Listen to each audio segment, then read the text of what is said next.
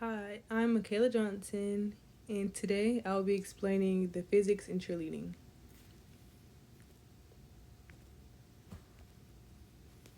So, for a little bit of background, I was introduced to cheerleading at a young age. Cheerleading is a team sport that cheers on other teams. It utilizes the practices of stunting, jumping, and tumbling. Throughout this course, I was able to resonate some key topics learned with cheerleading techniques I have used throughout the years.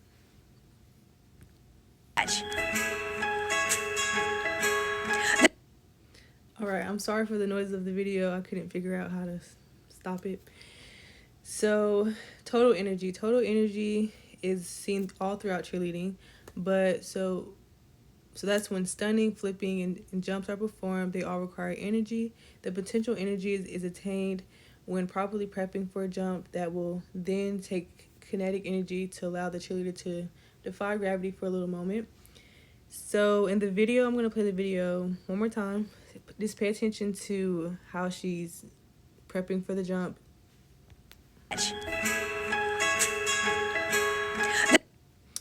Alright, so in the video, you can see the cheerleader uses potential energy to prep by bending her knees. So that's one point when she uses potential energy. She also uses potential energy again when she's at her highest point of the jump. Then when she comes down from her highest point of the jump, that's when she is using kinetic energy due to the force of gravity. All right.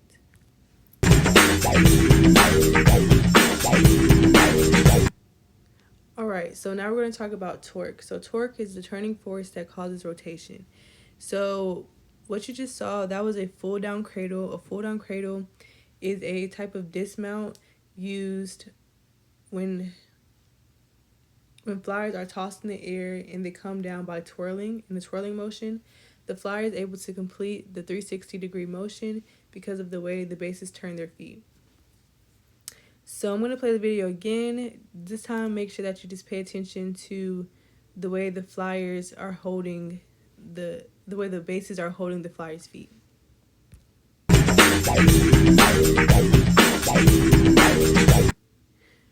Alright, so in the video, you can see the bases are turning the flyer's feet very slightly as they throw her into the air, allowing her to create a 360 motion as she's coming down. So the smaller the bases keep the torque, which in this case, the tighter the bases turn her feet, and the tighter the flyer keeps her body, the more full 360 rotations she'll be able to complete. So something that's a common goal when it does come to full downs is doing more 360s. So because that's very crowd engaging, and a great way to be able to do that is by decreasing the rotation of the foot, and also through momentum, which I'm going to talk about next. So momentum helps do more 360 turns in the air because it gives her more time. It gives the flyer more time to be able to do more 360s in the air as they're coming down. So momentum.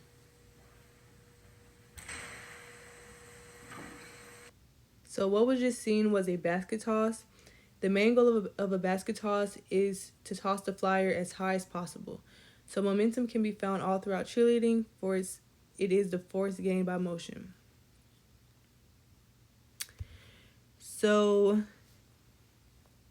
momentum helps the flyer be tossed higher in the air due to momentum being equaling mass times velocity.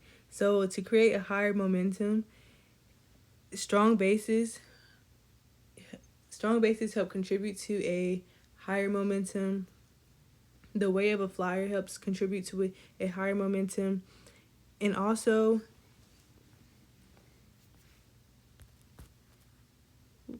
my bad. All right, so all of these things help contribute to a higher momentum, which allows the flyer to be tossed higher into the air. But while doing so, you also want to make sure that everything is still being done safely. So a great thing to note So that's when Newton's second law comes into place. So I'm going to play the video one more time and just watch how the basis catches her.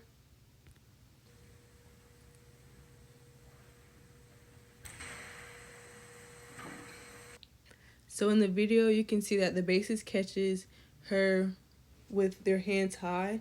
So referring back to Newton's second law, what they're doing, they are trying to increase the time. By them increasing the time will decrease the force that she's doing, because she's being tossed in the air with a high momentum and a high force. Her coming down, she's also coming down also with a high force and a high momentum. So to decrease this force on the bases themselves, what they do, they increase the time. The time that they take her from the air to the ground safely. All right, so in conclusion, cheerleading uses various factors of physics to perform eye-stopping tricks that will get the crowd cheering on their feet. So for total energy is used in every aspect of cheering. Knowing how to properly use it allows for cheerleaders to perform jumps at the best of their ability. Torque, rotational motion can be used to perform various engaging stunts and flips that require 360 motion. Momentum, everyone loves a high toss. Knowing how momentum works allows for a higher toss. Thank you so much for an amazing semester, and that concludes my presentation.